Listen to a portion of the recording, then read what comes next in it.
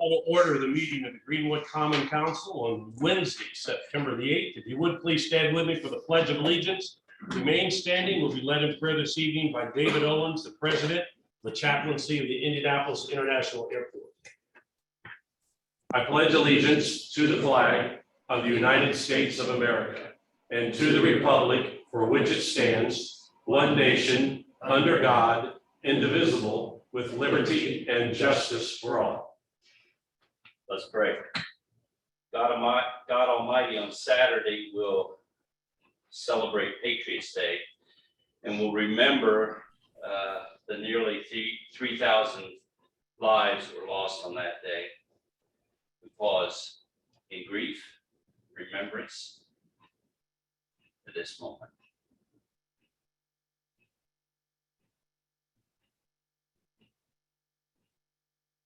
God Almighty, thank you for this, folks. We do celebrate some lives or some lessons that were lost, some lessons that were learned that day. We celebrate vigilance and protecting our freedom. We celebrate the diversity of our country, and we celebrate unity that we found. We celebrate blessings of resources. We celebrate the courage of first responders. And we celebrate the courage of the importance of going forward. Tonight, we ask you to bring those national and eternal values into this chamber.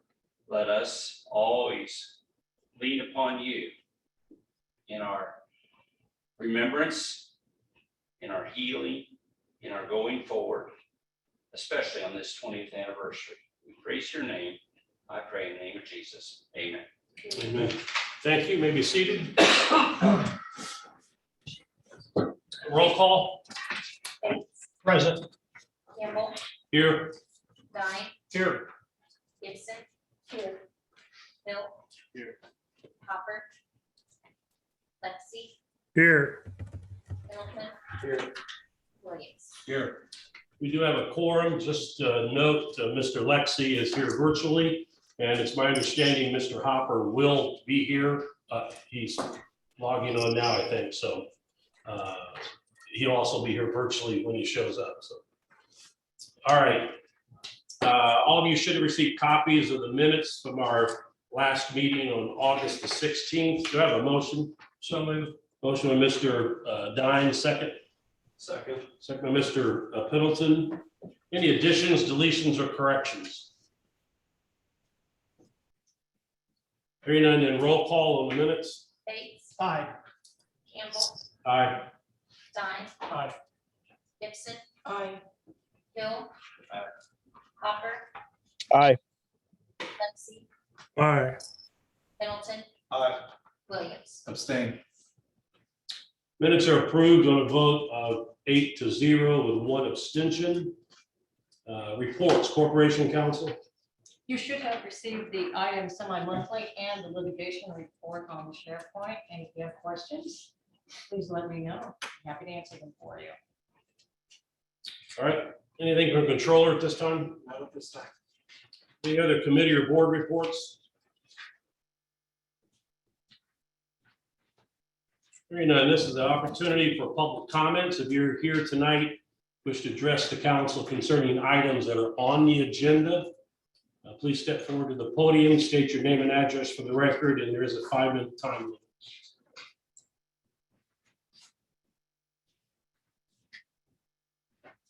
All right, seeing none, moving on to ordinances and resolutions. Second reading, ordinance 2129. An ordinance amending Chapter 6, Article 10 of the Greenwood Municipal Code 1993 as amended to amend the provision of the consumer fireworks regulations regarding dates of use, sponsored by Pendleton. Do I have a motion? So moved. Motion by Mr. Dine, second. Second. Second by Mr. Pendleton. Any discussion, ordinance 2129?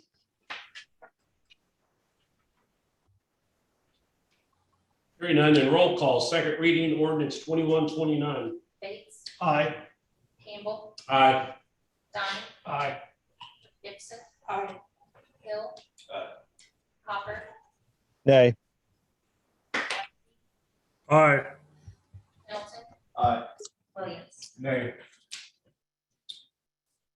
Ordinance 2129 passes second reading on a vote of 7-2. Ordinance 2131.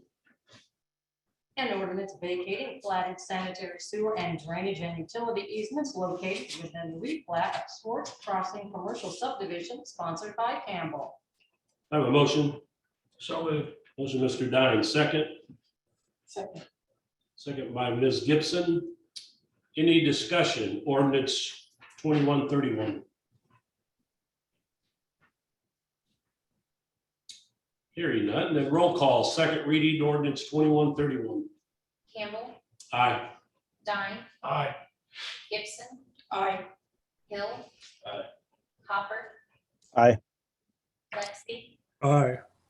Middleton, Nay. Williams, Aye. Bates. Aye. Ordinance 2131 passes second reading on a vote of 8-1. New business, introduction of new ordinances and resolutions. Resolution 2129. 2119. I'm sorry, 2119. A resolution of the Greenwood Common Council to adopt a written fiscal plan for the annexation of approximately 156.45 acres located on the northeast corner of Worthsville and Griffith Roads, referencing annexation ordinance number 2134, sponsored by Dine and Gibson. Mr. Davis. Yes, good evening. I am introducing our written fiscal plan for the item 2 down on your agenda, the annexation that is also being introduced tonight. As part of this annexation process, we are statutorily required to prepare a fiscal plan. And staff has prepared that. It shows the financial impact of this development on the city. So the fiscal plan must be adopted before the annexation is adopted. And approval, adoption of this fiscal plan does not mean that you're in favor of the annexation. It's simply you're in agreement with staff's math, that you agree with the analysis that's being prepared. It doesn't necessarily mean that you agree it's a good idea or not. So the bulk of the report you'll see kind of distills down into pages 23 to 25, where we really summarize that financial impact of this development.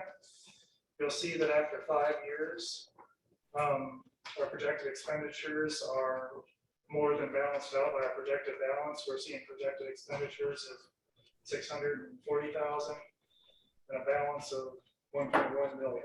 So this would be a net gain for the city in terms of revenues. We provide the services per state law.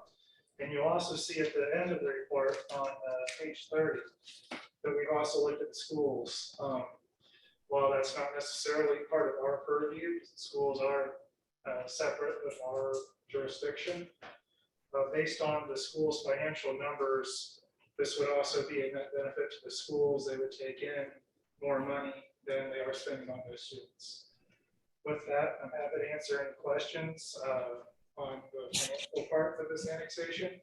If you have any questions about the annexation itself, please wait for that second item for our petitioner to answer those. All right, any questions for Mr. Davis at this time?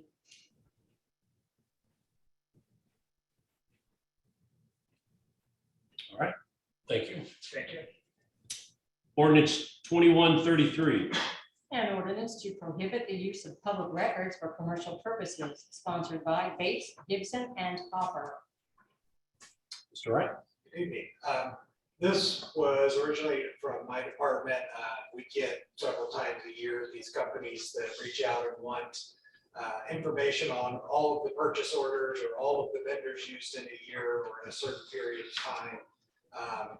The county has passed something similar to stop the use of these records for commercial purpose. Basically, what they're doing is plugging all of that into a database and turning around and selling it to companies that are looking for information on sales. So if we typically buy something that company does, they would then get our information on how to contact us and try and become our provider for that.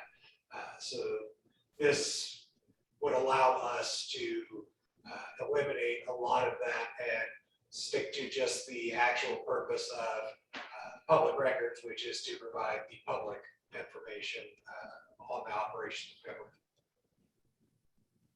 All right, any questions, Mr. Wright? How does this play into those letters that folks have been getting about the insurance for water lines and things like that? That is actually a partnership between the utility and it's a national company that offers that insurance. And basically they're giving our ratepayers a discounted rate on that because we are working with them and allowing them to utilize our information. All right, any other questions? All right, thank you, Mr. Wright. Ordinance number 2134. An ordinance annexing certain territory contiguous to the city of Greenwood, Indiana, placing it within the corporate boundaries and making it a part of the city of Greenwood and redefining the corporate boundaries of the city of Greenwood, Indiana to include approximately 156.46 acres located on the northeast corner of Worsville and Griffith Roads, commonly known as the John and Eleanor Taylor property, sponsored by Dine and Gibson. All right, I think Mr. Davis covered this when he talked about resolution 2119. Any questions at this time from anybody?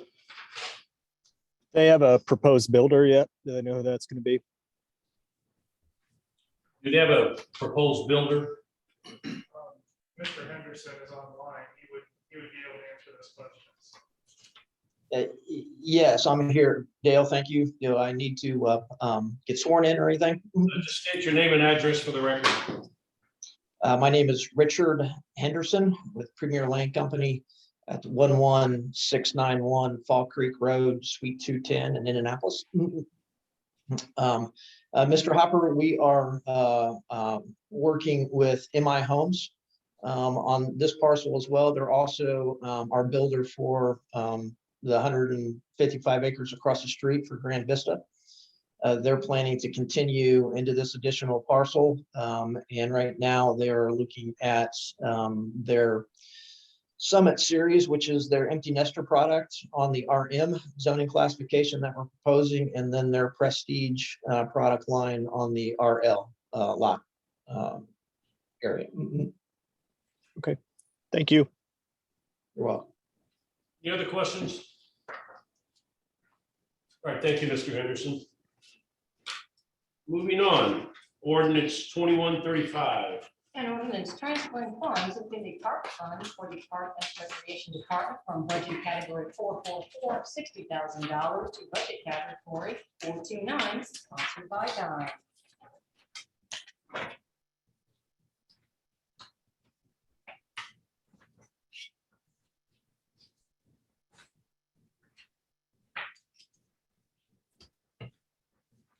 Good evening. Good evening. This is basically money being reallocated within the parks budget to help ensure and cover startup costs.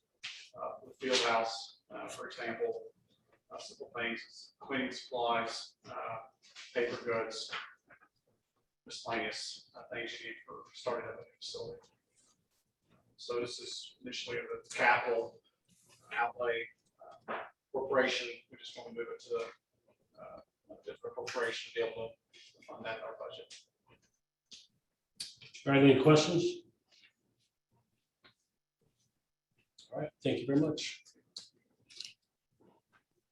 All right, miscellaneous business is the second opportunity for public comment. So if you're here tonight, wish to address the council concerning items that are not on the agenda, please step forward to the podium, state your name and address for the record, and there is a 5-minute time limit. Ooh, and I thank you for having it. I saw that some of these school boards were recently limiting any input and issues like that, so I'm glad that we're still listening to the public.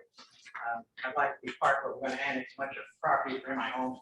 And I hope that the city might consider impact fees that will pay for the cost and impact upon the city that are greatly increased from what we have. I wanted to talk about, we got a budget coming up. Hopefully we'll have people presenting what they're going to do with their budget, how they're going to improve. And I would like to see major increases in funding for our parks and support, try to get our parks to make that big part. And currently, we have the handy dandy, well done attempt to advertise in field house. Great to have other people pay for it. I'm all for the efforts by the park department to advertise, but it's just trash. All that advertising does nothing but look bad.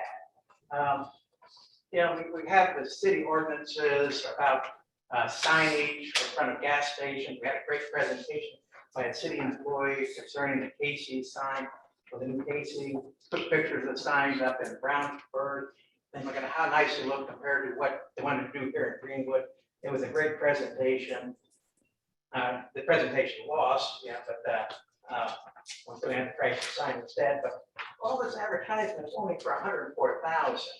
And I think that a budget increase of just half that much would probably pay for itself after all the expenses, things like that. Just better use of impact fees for new development will take care of things.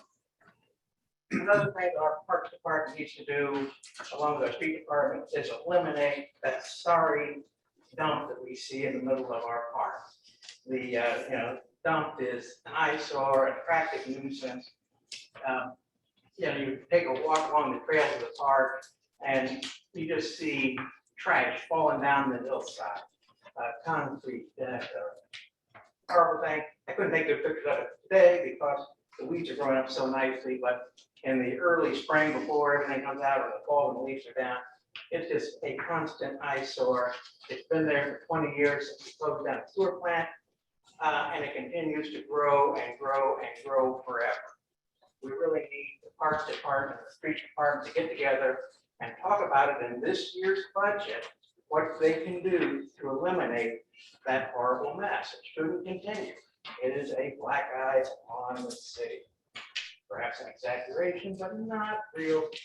So, and again, I saw the pictures of the new baseball field, softball, as it were. And I said to myself, you know, it's nice. I'm really glad to see that park put in the skateboard park. That's great enhancement. They've done great things this year. But we really, as a city, need a big park.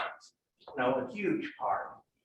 Other major cities have huge parks, and Greenwood lacks it. We need to get together with the county. We need to look at, you know, buying part of Kelsey's farm.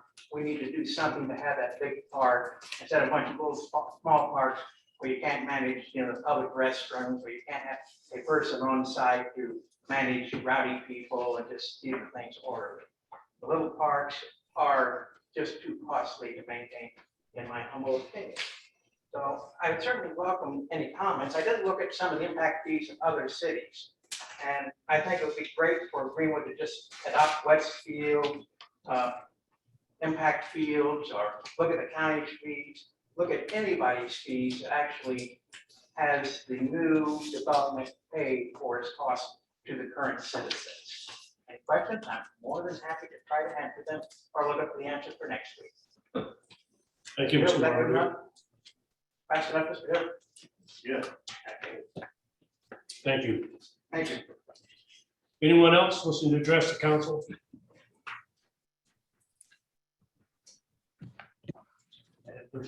Sorry.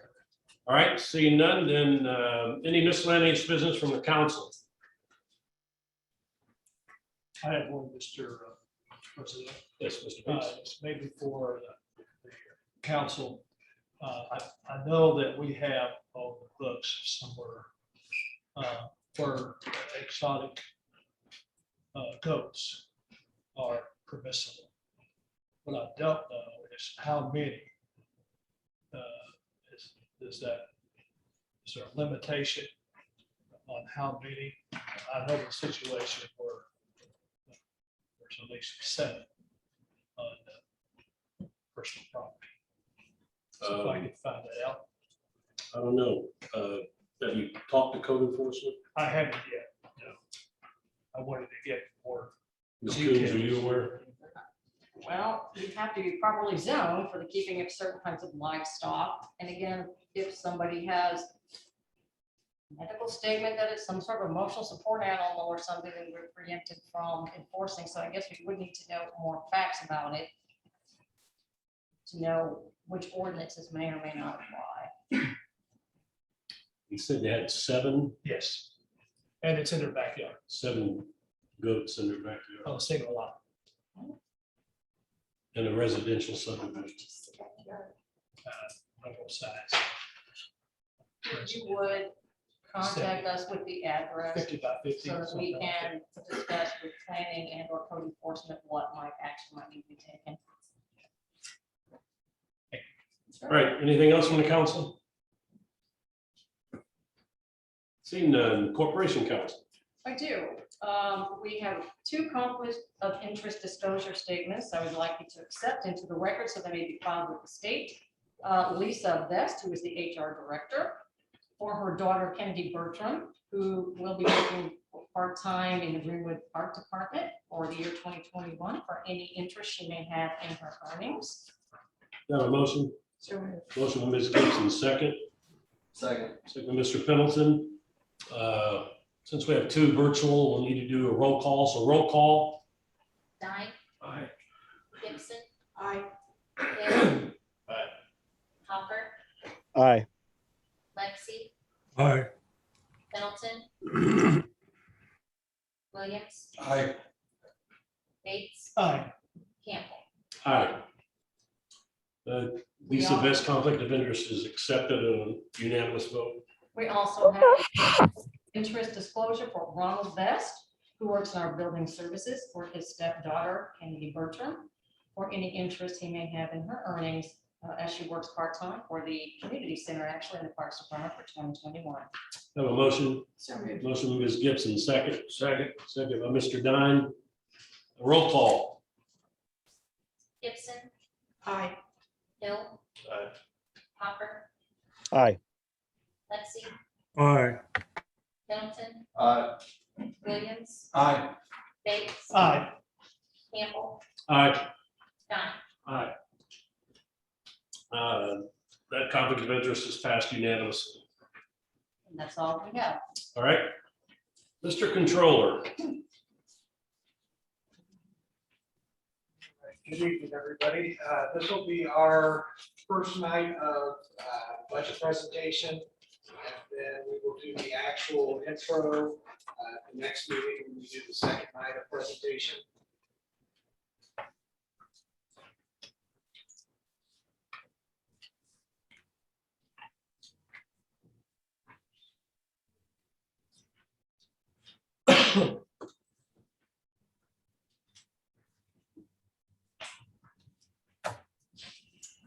Hey, Rob, where's the presentation?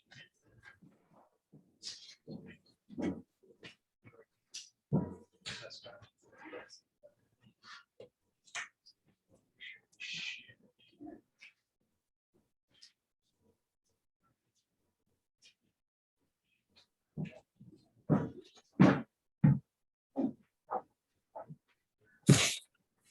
Okay, so we'll get started here.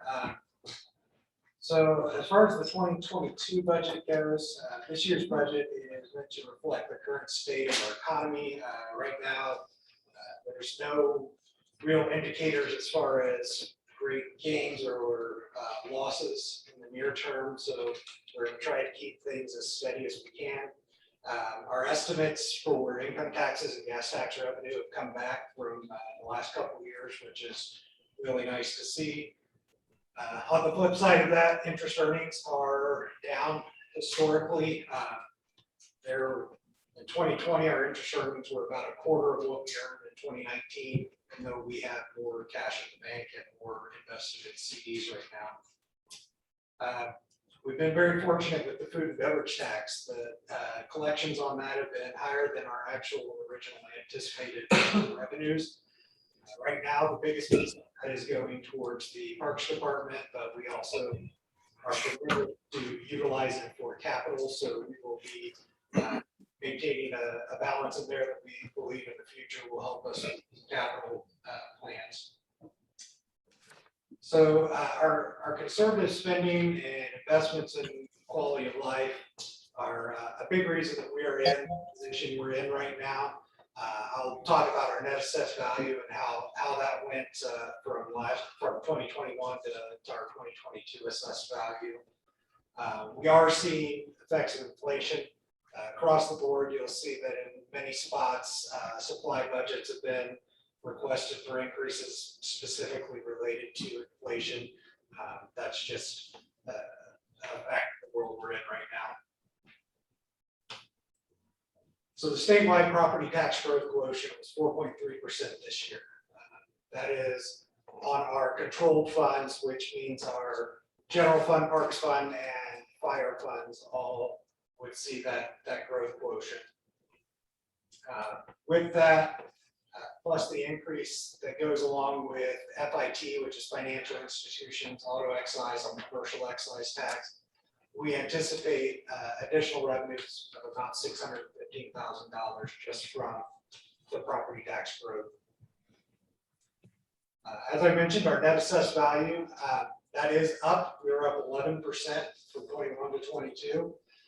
We're not anticipating a tax rate increase. In fact, as we get further in here, I'll talk about it, but we are going to request to do a bond again this year like we did last year to keep a flat tax rate. Basically, that will keep us level from year to year. One reason that we want to do that is if we don't, our overall share of the local income taxes as well as FIT, auto excise, and CVET will go down because those are all dependent upon your proportion of the property tax levies in the county.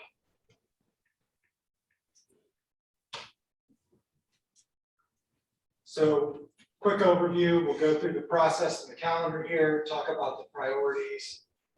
I'll hit some high level financials and then we'll get into the actual departmental specifics for the first half. We'll have several departments tonight and then at the next meeting, the rest of the departments.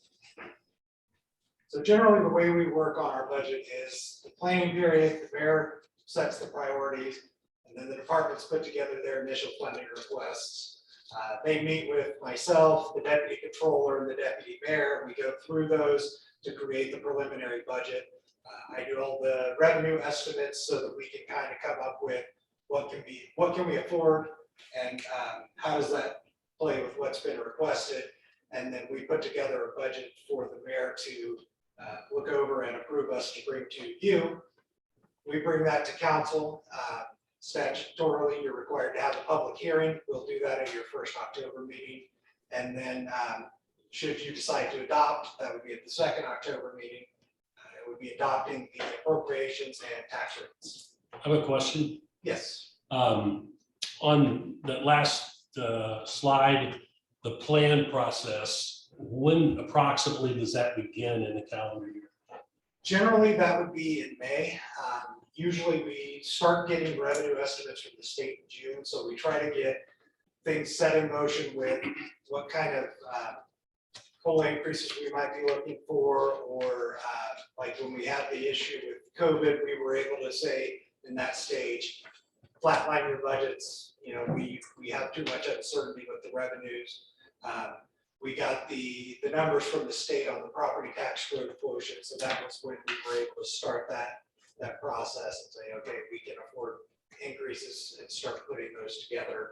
And then June and July is when we'll do our meetings with everybody and try to get something together to take to the mayor. So the last section where it says mayor's budget introduced to the council, that's tonight, right? Starting at least? Well, yeah, so official introduction will be your next meeting, but the first presentation is, yeah, so. All right, I just wanted to Yeah. make that point. Yeah. Thank you. So this is kind of laying everything out, so I'll get summary tonight.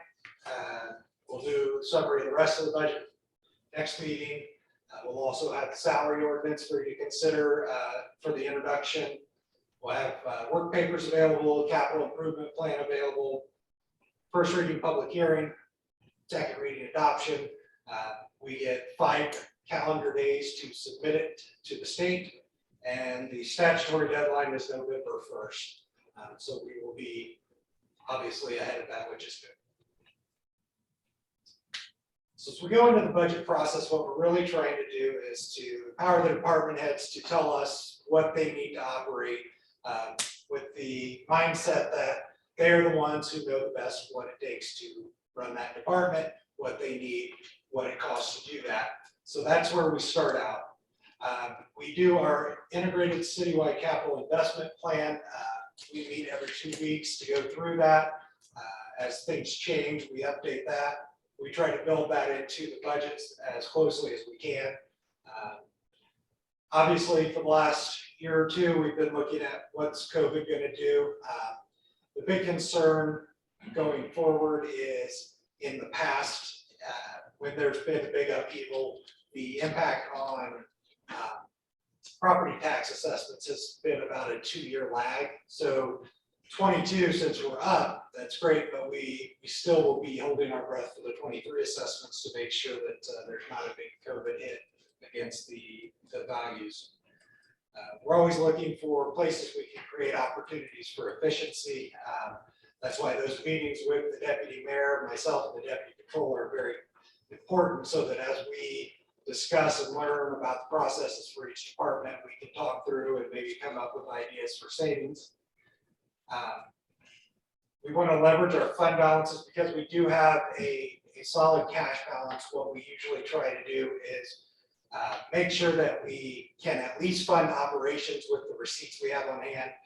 If we need to use cash on hand, it's for capital one-time expenditures, not for long-term operating. If you get into where you are long-term operating, outspending your revenues, that's when you're going to get in trouble after a couple of years as you spend down all of your cash. So this is how we prioritize the budget for public safety, infrastructure, economic development, quality of life, and then operational excellence. And I kind of hit on the operational excellence earlier. That is where we're trying to look at all the administrative functions that go along with government and what we can do better or cheaper. As I mentioned, our certified net assessed value went up 11%. We have broken the $3 billion mark, or $3 trillion mark in our assessed values. The overall for anybody concerned is $3,128,195,185. That's been certified by the county. Of that number, 614 billion is not included in the assessed value that goes to the fire fund. That is the State Road 135 corridor, which is actually in a taxing district that includes the White River Fire Protection as opposed to Greenwood's fire fund. Tax rate, you can see we are looking to keep it level. For 2021, the tax rate was 0.6438 per $100 of assessed value. With the recommended bond issue, we would be keeping that level across the board. Tax caps, this is something that started back in 2009 with the introduction of the tax caps on property taxes. You can see that our impact has grown year to year. This is a net loss on our approved property taxes. So whatever we get approved for, we are anticipating that we will get about 1.35 million less than that number because of the tax caps impact. This is the breakout of how the budget is allocated for 22. The biggest piece of that pie is public safety. That encompasses both fire and police, 34.43%. General government, 15.25%. That's most of the administrative functions.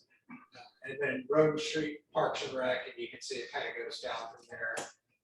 One piece that we do separate out from all of those functions is the health insurance, which makes up 6.19% of our overall budget, which is pretty significant. So health insurance is one of those that from year to year, we're always keeping an eye on. The way we're self-funded, we're always trying to make sure that we are budgeting enough to keep up with that. It's an important benefit for our employees. This is just another breakdown of how we've got the budget allocated out, another visual. You can see just year-over-year spending for each of these functions and where the spending has gone from year to year. So big Big picture highlights for the budget for 22. We did request a 3% cost of living increase. That is pretty much across the board. There are a handful of positions where requests were made for something additional, and those are laid out within your budget presentations. In addition, we're looking at a net total of 14 new positions, 3 new probationary police officers, 3 new probationary firefighters, 2 new street laborers, a supervisor in the street department, a new waste management laborer.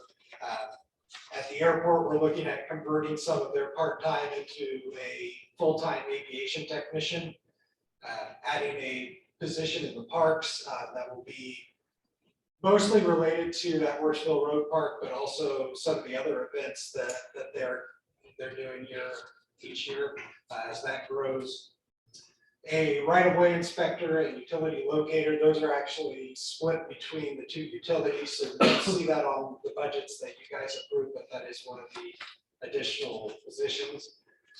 We are asking for an interim senior planner. The current senior planner, they are looking at, he will probably be retiring at some point in the middle of next year, so what they want to do is build into the salary ordinance and the budget to have somebody come in and basically be an understudy for that position, make sure that we're not losing that knowledge base when that person leaves. And then a full-time receptionist / code enforcement clerical position, that would be for this building here, answering the phones and everything that comes in, and then assisting in code enforcement. And then there was a probation field officer in the probation department that was not needed to be funded this year, so we did take that one out. This is kind of a long-term look at the staffing for the city and where we have the positions budgeted, and you'll see that for police and fire, we are anticipating each year at least growing by 3 individual new positions in those departments. As funds become available, if things come up that we can increase that number, obviously we'll be looking to do that. This does not take into account any additional firefighters that may be needed when we look at expanding and adding another station. That's down the line enough that we don't have a set time frame, but I think that will also require 12 more firefighters in order to fully staff. So that number, when we get that nailed down, will jump some, and you'll see that in future budgets. We did make sure to put in year-over-year comparisons, so you do have last year's 2021 budget next to the proposed 22 budget, so you make comparisons there.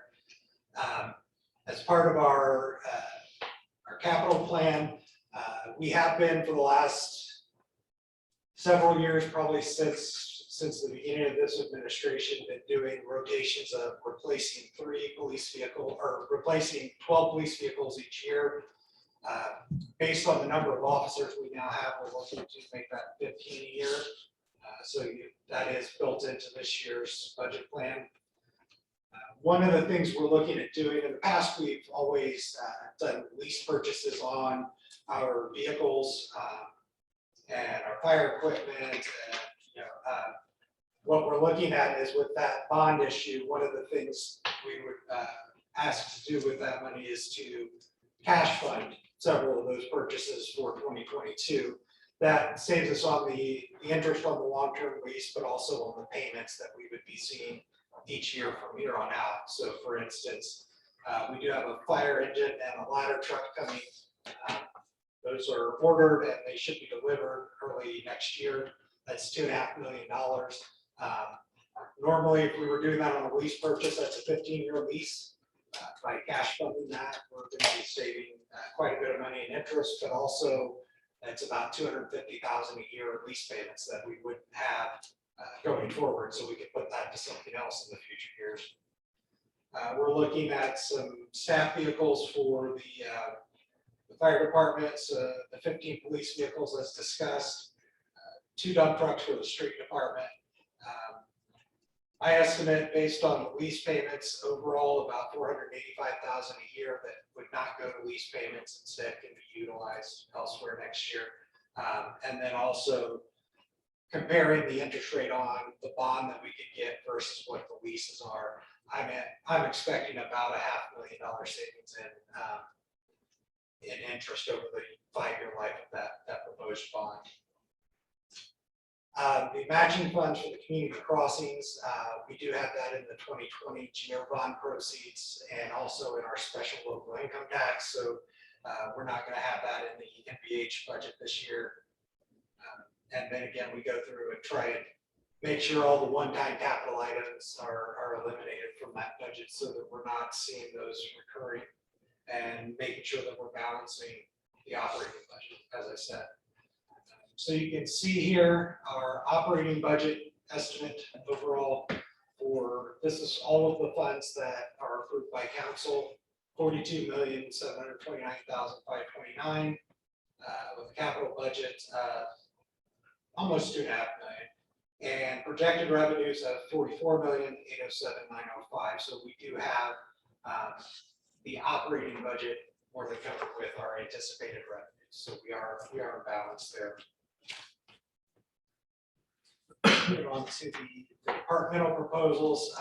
As I go through, if there are questions, please don't hesitate to stop me. I'm happy to stop and go through. I have each of the department heads here this evening. If there are questions on specific line items, they can add to that discussion as well.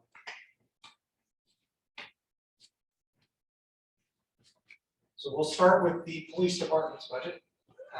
As I mentioned, we're looking at adding 3 new probationary patrol positions.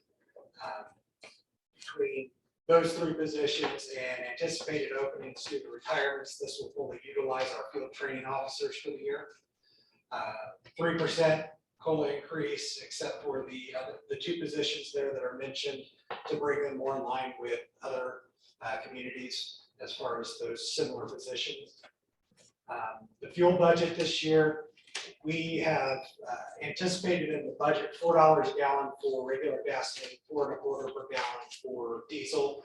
And then what we did was look at the consumption for each department through the first half of this year and try to project that out and then cost that number for the budgeting for next year. We have several new contracts that are in the police budget this year.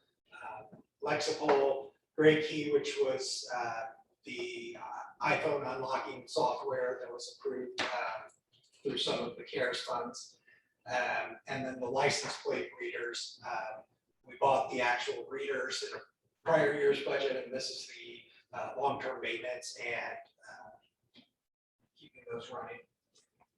We did increase the travel budget based on, we are seeing now conferences coming back to in-person versus being all virtual. So we'll have some chances for people to go to training and conferences that will be off-site, so they will meet that budget. Based on the current insurance trends, we did increase the property and liability insurance line. That contract comes due in April of each year, so it'll be later this year before we can really nail down a number on it. But to be safe, our insurance broker did recommend putting that increase in. And then, as I mentioned, the 15 vehicles we'd like to purchase from the proposed bond issuance. So this is the year-over-year comparison by category. You can see that, as I mentioned, the inflationary effects of supplies are really being felt here, particularly on fuel. That's the biggest driver there. Usage is also up as we add more officers. They're getting more miles on the cars, using more fuel. Before I go any further, are there any questions about the police budget?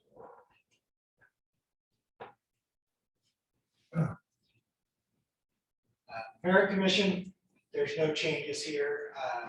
Personal services is basically the per diems for the commissioners as well as the recording secretary.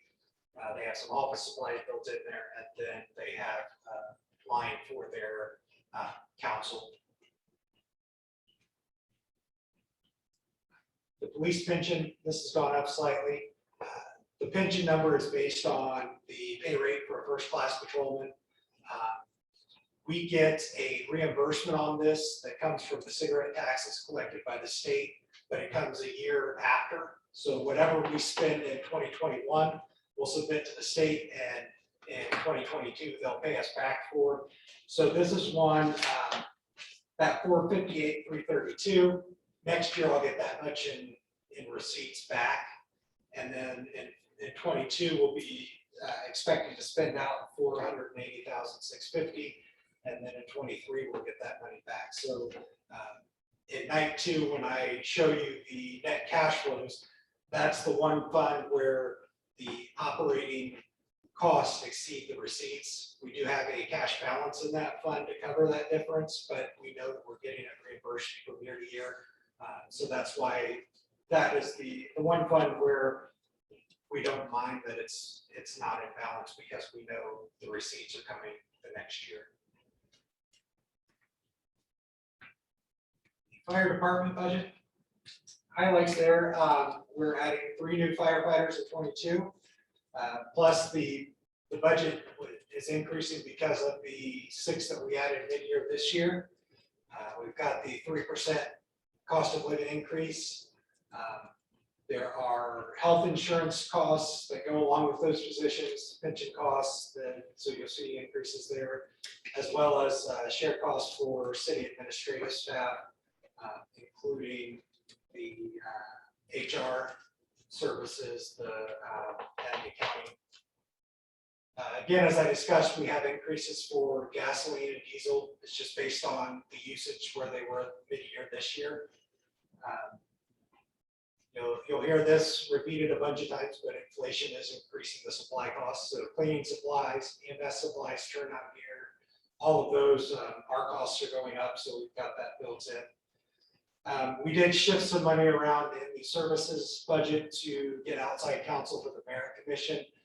In the past, the old style system, that was unnecessary, but now that we have made that change to be more in line with the way the state does that, we are making sure that we've got a budget for them to have outside counsel.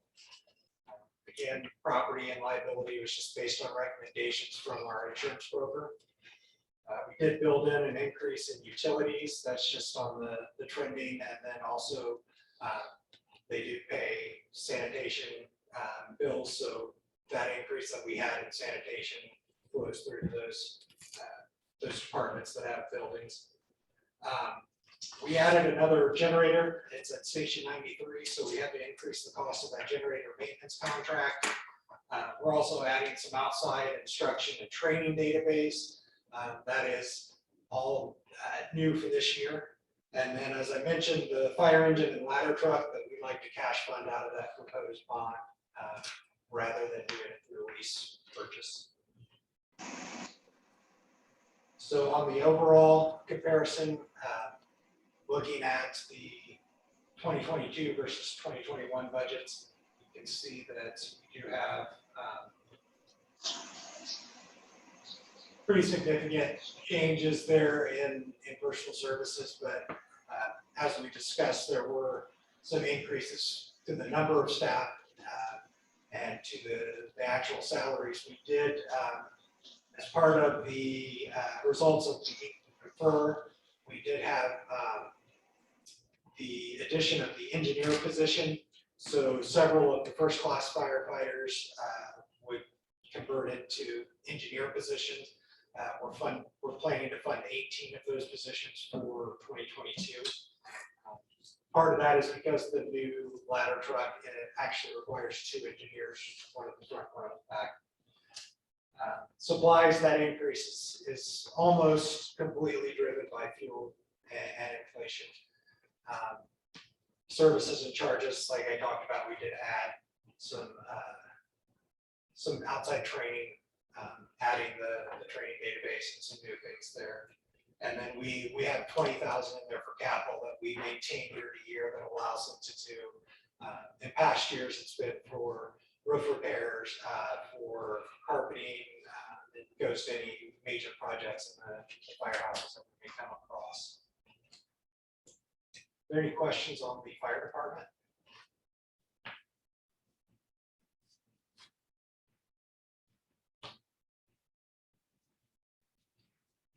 probably noticed in your packet that there are no lines associated with the rainy day fund. We are not proposing to spend anything out of that fund.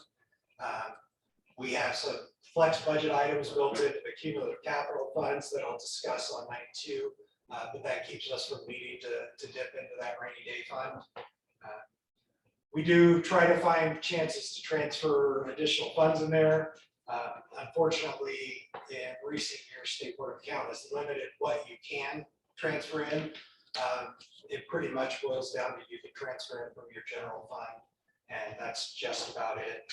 Everything else is considered restricted to some purpose and therefore not allowed to go into rainy day.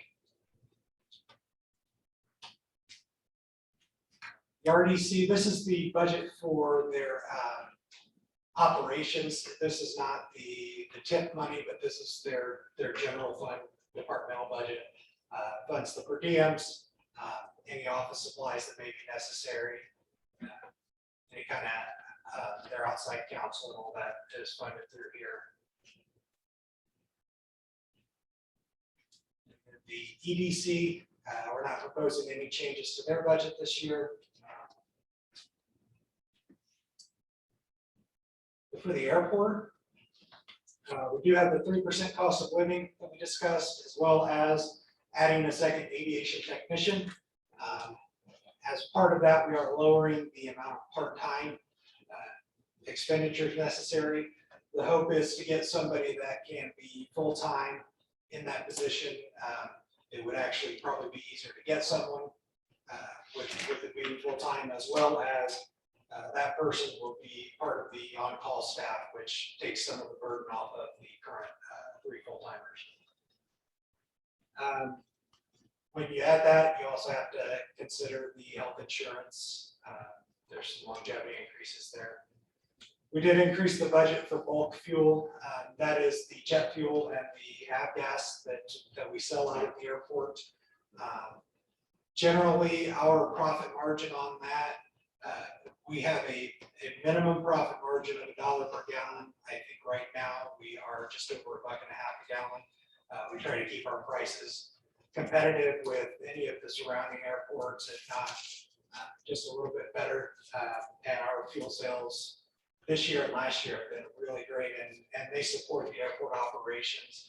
So where you see that number going up, it is offset by receipts that we get through the sale of that fuel. So it looks like a big number, but we're getting that back. So it's not just all going out the door. Services and charges, we do have an increase due to the utilities, some things falling off, and then we had an increase on the excise taxes just because that goes along with fuel sales. We're seeing more fuel sales, but that means more excise taxes. We do have our local match for the grants that we get through the FAA. And then in the capital for next year, they're looking to purchase a used forklift to assist in unloading cargo planes. That is stepped up quite a bit in the last several months with cargo planes coming in, and this will help with those procedures. And then also adding security and lighting upgrades around the hangars out there. And here's the comparison of the categorical budgets for the airport. Are there any questions on the airport budget? Greg, just one question. Typically, at least the last couple of years, I'm aware is that a huge portion of the funding is due to fuel sales. Is that seen here? Generally, the revenues at the airport run about 65% from fuel, 35% from renting hangars and the other operations that we have. And the expenditures are flip-flop in that, where 35% of the expenses are fuel and the base operations are about 65%. So the fuel sales are the main funding ingredient for the airport. But that does mean that we don't have to consider putting tax dollars towards it. They are supporting themselves with the income from the fuel sales and the hangar rentals. So the remainder of that is coming from the general fund. No, the general fund does not contribute anything to the airport. Okay. They are self-supporting. Right. Good point. All right, the HR budget. We are splitting out the salaries for the HR director and the HR assistant over multiple funds, just to better reflect how their time is utilized. So over the parks, the fire, the street, the utilities, everybody utilizes HR for a multitude of services. And so rather than having the general fund pick up the entire tab, we are spreading that cost across those funds. We do have a slight increase built in for the cost of the drug testing kits. That contract has been signed. The per kit stayed the same, but we are running more of those. And as we're considering the hiring coming online for the field house, considering what's coming online with Worsville Road Park, we anticipate additional supplies needed. We did add some new line items for professional training and conferences for the HR director and the HR assistant. The idea being that they will be able to attend and get some training courses or some conference information that would be beneficial long-term to the city. So you can see that reflected in the categorical budget here. And the personal services went down because we did spread those costs amongst the other funds. Any questions on HR? All right, finance budget. We do have an increase in personal services. That is the cost of living increase. I do have a line for the GFOA, that's the Government Finance Officers Association. Right now, we submit our annual report to them for an award. We're also looking to start submitting our budgets to them for review and hopefully an award. And then also the conferences line item, that comes back to what we discussed with the police department and getting back to in-person training and conferences. The maintenance of our accounting software, 2021 was the last payoff on that software. So now we just have the annual maintenance. Right now it's about $35,000 a year. We split it 3 ways between the city, stormwater utility, and the sanitation utility. So you see that reflected here. IT, COLA increase is the only thing in personal services. Fuel costs, the actual fuel costs so far this year were up, so we increased based on that anticipated usage. We do have a bit of a decrease in services and charges as we switch the airport over to VoIP, voice over internet protocol, from the old style phone lines. We get to then get rid of those lines and stop paying for them. And also some reduced travel and mileage costs there. We do have a few increases to internet charges and data backup maintenance. That internet charges increase, a big part of that is due to the field house coming online, because with the security cameras and whatnot over there, and then also just having internet access for all the systems, that number will go up. Software licensing and maintenance agreements, you'll see on night 2 in the cube funds. And we do have a rotating lease for desktops and laptops, and you'll see that again on night 2 in the cumulative funds as well. And here's the categorical comparison. Any questions on the IT budget? So Board of Works budget. This is the one where all of the health insurance costs for the city funds runs through this. So we are looking at $4,986,243 estimated for health insurance expenses, spread across the 324 positions that we are anticipating for next year. That works out to just under $15,400 per individual. So when you see the lines in sanitation, airport, fire, parks and street for the health insurance, that's how that number has come to. It's based on the number of full-time employees or full-time equivalents times that. And that's how we come to to that budget for each of those funds, and then everything else is captured under Board of Works.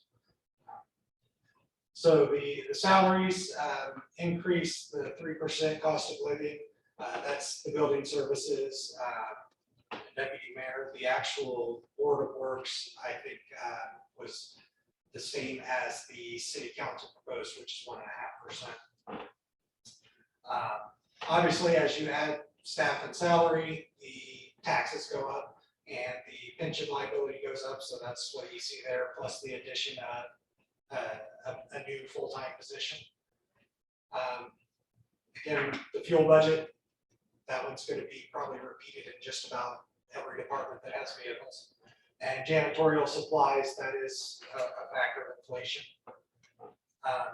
Furniture budgets from any departments that are within the general fund are all moved under the Board of Works, so that all of the furniture purchases for this building are done to kind of maintain the aesthetic of everything and review.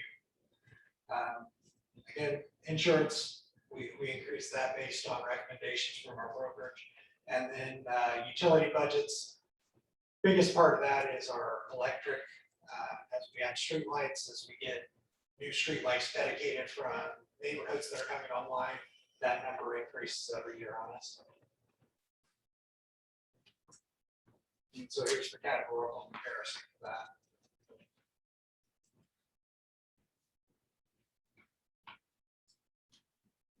And then the legal department. We do have the personal services increase from the COLA, as well as this year there was the increase to the assistant city attorney position. So that's reflected in the budget going forward. The furniture line item was moved. We did have an increase in the online legal research line item just due to the increased cost of that from the provider. Increase for continuing legal education and training. Big part of that, like I said, in the other departments is as things come back to in person and those things are available, the cost of going to those is usually a bit higher than the virtual. And then just a note that some of the items that are paid for from services and charges and supplies, the actual cost gets split with the deferral fund. The legal department gets a third of what goes into that fund each year. And so they utilize some of that to offset some of those costs that would otherwise hit the general fund. And here's that category breakdown.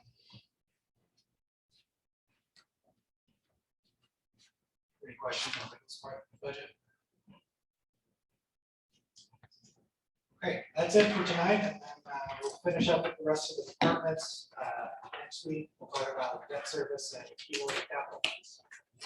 All right, any questions, Mr. Wright? I have one. It's I don't know if there's a solution to it. If there is, perhaps you can let me know. If I remember correctly, 2020, 2021 budget, there was no rate or increases due to budget restraints. Now this year, we're proposing for next year that there be a 3% COLA added to salaries. But the latest reports that I've received, inflation right now is 3.5%. So basically, if we can't do anything about it, that's fine. I understand it. If there is a solution, I'd like to hear it. But basically, if we go through that, that actually still means that we're losing purchasing power as far as an employee in the city.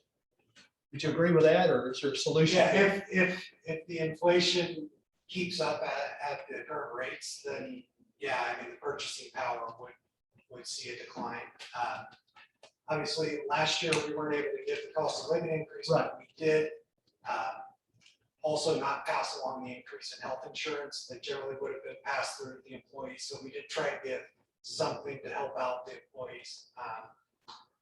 With inflation, it really is out of our control, and receipt wise, we have balanced it pretty closely. And I'll show you on night 2 the balance on each of the funds as to what we expect to come in and what we expect to spend. And there is pretty tight margins on those. So guess the consolation is that with their employees, and that's partly what we're responsible for doing that first council, passing the budget, and everything that, is included in the budget. But I guess the silver lining is that the employees will be getting a raise, Right. cost of living, COLA. Yes. But And only 3%, but that's better than nothing. yeah, it is a cost of living adjustment, and hopefully, as things stabilize after the pandemic and as things start to get back to a normal world, we'll start seeing that inflation number come back to normal. Big pieces of that inflation are driven by, particularly construction, as far as, the materials for that. So generally, the individuals are not necessarily feeling that unless they're purchasing a home or building a deck or shed or something, but food prices, that'll be one that we'll have to keep in mind as year to year, just looking at that and making sure that what we're doing will be the best we can do to support the employees without harming the city. Appreciate it. And thank you for your time. Any other questions? Greg, I had a quick question for you. I didn't want to interrupt you in the middle of your presentation, so I apologize for kind of taking you back a little bit in terms of public safety. I feel like we've talked about it numerous times in this chamber that we're going to address staffing shortages, whether it's through police or fire. The proposed budget seems that we're going to add 3 headcount each. I know we did just have some additions to the fire mid this year, but what's the finance rationale behind headcount adding? Because I just feel like, again, we're still just throwing buckets of water on a bigger fire. So Each year, what we're doing is trying to ratchet down the part-time usage and generally add on staff, but the logic behind it is we are limited. As I mentioned, $614 billion of assessed value is not able to be used towards funding the fire department. So that does impact our ability to get funding in there for additional positions. So we're always looking for grants and things to offset some of that to where we might be able to then reconsider. But as far as plan we have in place is to get at least 3 a year, and then if receipts bear it out, try to do it. And does that 3 a year take into account the growth that we have in population as well? Because I would guess we're growing at a rate that 3 after a while is just kind of going to be. Well, I mean, we're still servicing that population with the same 4 stations. That number will obviously change when we get to that 5th station coming into play, but that 3 a year in the next, after this one, 2 more years would get us to full-time staffing and still have a part-time budget. Right, any other questions? Mr. President, this is the mayor, if I can speak on that point as well. Go right ahead. It's important to understand, as we say, and we've said in the past, that the fire department especially is understaffed. That is just speaking strictly to the number of full-time firefighters that we have. We have to remember at the same time that our fire department at no time is ever understaffed, because we do have approximately 60 part-time firefighters that are filling those other positions. So our city always maintains a number of firefighters on the department at one time. This year, with the addition of the 3 police officers, this will bring our police department up to full staffing at this current time to staff what we need for the city. So our departments are fully staffed, whether it's by part-time or full-time employees. And I think that's very important to understand. It's also important to understand that the deputy mayor, the controller, and myself met with the fire department and the police department with their meet and confer committees, and we discussed the number of firefighters currently needed. And we're also looking at a Station 95, which I've talked with Skinnell Properties, and they've donated 5 acres to the city to build us a new firehouse on the southeast side of the city when we do have the funding for Station 95 to come online. At that time, we will need to add the additional 12 firefighters to that station But for right now, I can safely say that our city is never understaffed per se on any of our departments. All right, thank you, Mr. Mayor. Any other questions on the council? Thank you, Mr. Wright. Thank you. Anything from the mayor's office? Other than that, I just want to thank the mayor, or the deputy mayor, and the controller and the deputy controller for assisting with the budgets. And that's all I have tonight. Thank you. Thank you. With that, we are adjourned.